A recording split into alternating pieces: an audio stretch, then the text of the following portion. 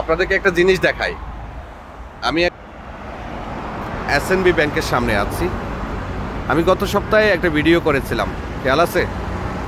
যেখানে আমি বলেছিলাম যে যদি ফিজিক্যাল ইকামার কার্ড না থাকে তাহলে আপনি কোনোভাবেই সরকারি প্রতিষ্ঠানগুলোতে সরাসরি কোনো সেবা নিতে পারবেন না। আমার বেশ কিছু এমপ্লয়িকে নিয়ে আসছি আজকে তাদের অ্যাকাউন্ট খোলার জন্য, কারণ তাদেরকে ব্যাংকের মাধ্যমে আমাকে বেতন দিতে হচ্ছে। সৌদি আরবের নিয়ম অনুযায়ী কোম্পানিগুলো যদি ব্যাংকের মাধ্যমে কর্মীকে বেতন না দেয় তাহলে হেমায়া বন্ধ হয়ে যায়। তো আমারও সেটা হয়েছে, যার কারণে আমি এখন তাদের অ্যাকাউন্টটা খুলতে আসছি।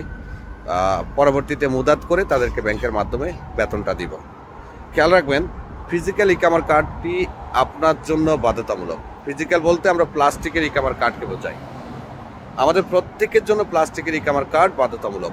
আর প্লাস্টিকের ইকামার কার্ডটা আপনার ইকামার মেয়াদ না থাকলে কোনোভাবেই আপনি বের করতে পারবেন না। এ তো গেল এক। আরেকটা কথা, আপনার যে ডিজিটাল ইকামার কার্ড আছে সেটা সব পুলিশ নাও মানতে পারে। কিছু পুলিশ আছে হয়তো না মেনে আপনাকে গাড়িতে উঠিয়ে যদি নিয়ে যায় তাহলে 1000 রিয়ালের জরিমানাও আছে। প্রথমবার 1000 রিয়াল, দ্বিতীয়বার 2000 রিয়াল, তৃতীয়বার 3000 রিয়াল। আরেকটা বিষয়, আপনাকে যে পুলিশ নিয়ে যাবে, আপনাকে যে জরিমানা দিবে, এটা কিন্তু সরাসরি আফসিরে শো করবে না।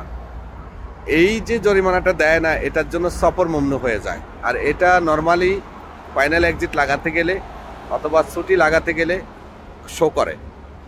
আর ইকামার কার্ড বের করার জন্য বেশ কিছু শর্ত থাকে। আমরা অনেকে আছি সৌদি আরবে আসার পরে আমাদেরকে আফসির করে দেয়, আফসিরের মধ্যে 3 মাসের ইকামা শো করে। ওই 3 মাসের ইকামা যেটা ফ্রিতে দিচ্ছে সরকার, ওই মেয়াদটা দিয়ে আপনি কিন্তু ইকামার কার্ড তুলতে পারবেন না।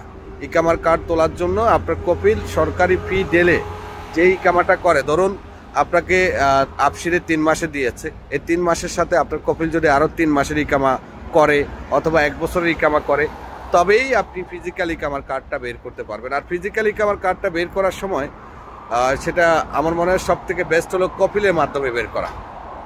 আর যদি কোনো জায়গা থেকে বের করেন তাহলে আফসিরে চেক করে নেবেন যে আপনার ভার্সন নাম্বারটা চেঞ্জ হয় কিনা।